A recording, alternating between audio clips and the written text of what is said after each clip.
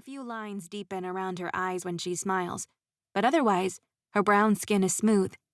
Her hair, which hangs to her shoulders, clings to its original brown-black color under a top layer of silver. Abuela's grin and wink as I blaze by confirm that, today, she's not fully enforcing her no running in the house rule.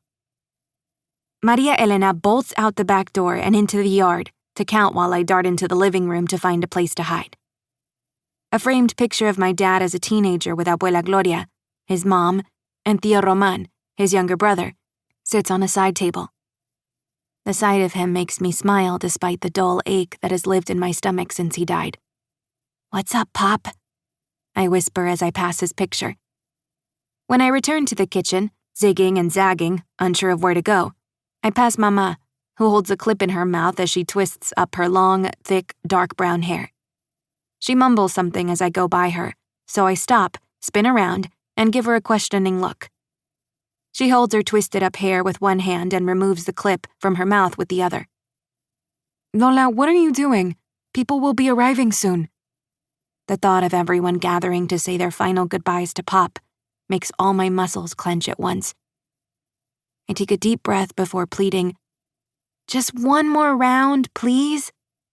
I press my hands together and pray that Mama will allow me another game, which means more time not having to think about what's going to happen later. Mama sighs but nods while clipping her hair into place. As she sprays a table with wood cleaner, I think maybe she also needs a break from prepping for the memorial. Time to run and play and sit in silence someplace, waiting for someone to find her, instead of making everything seem fine because the house is clean and lemony fresh. "Hey, do you want to play?" I ask.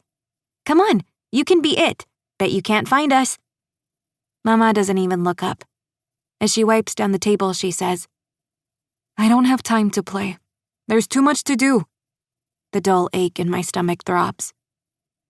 Mama waves a hand and says, "Go. Last one." "Okay." I force a smile and add, "Don't tell Maria Elena which way I went." Mama nods, and when I look over at Abuela, she pulls her spice-filled fingers across her lips without touching them and throws away the key. I jog up the stairs and enter the first bedroom. On the doorframe, pencil marks reveal when Tío Roman, Maria Elena's dad, became taller than my dad, Oscar. I grin, knowing how much Pop hated physically looking up to his younger brother. The first bedroom would be too easy, too obvious. I've already hidden in Abuela's room, and the bathroom is too small. Going into the yard or the one-car garage is a risky option, since Maria Elena is counting outside by the mango tree. With time running out, I decide today is the day. On tiptoes, I inch my way toward the closed door of the small back room. After I place my hand on the knob, I grip it and turn slowly until I hear a click and the knob can't move any farther. As I push the door open a few inches, the hinges creak. I freeze, hold my breath, and glance over my shoulder, listening for voices or footsteps coming my way. Nothing. This room is unofficially off-limits. The door is always closed, and once, when Maria Elena and I had gone in, Abuela was quick to follow, saying, "What are you doing in here? This is no place to play." She didn't explain why, and we didn't ask. We just left because Abuela doesn't usually talk to us like that, and her tone made it clear that playing elsewhere was an order, not a suggestion. The fact that we never go into this room makes it the perfect hiding place, though.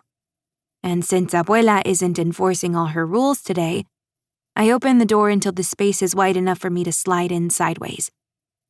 After I gently push the door back in place and release the knob, I stand still and let my eyes adjust to the darkness.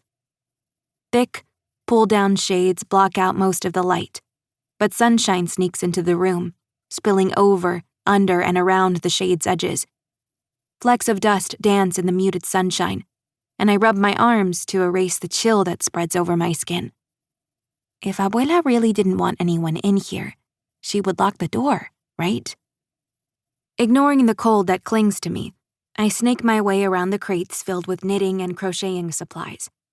I move a large, heavy box near one of the corners to see if I can fit behind it.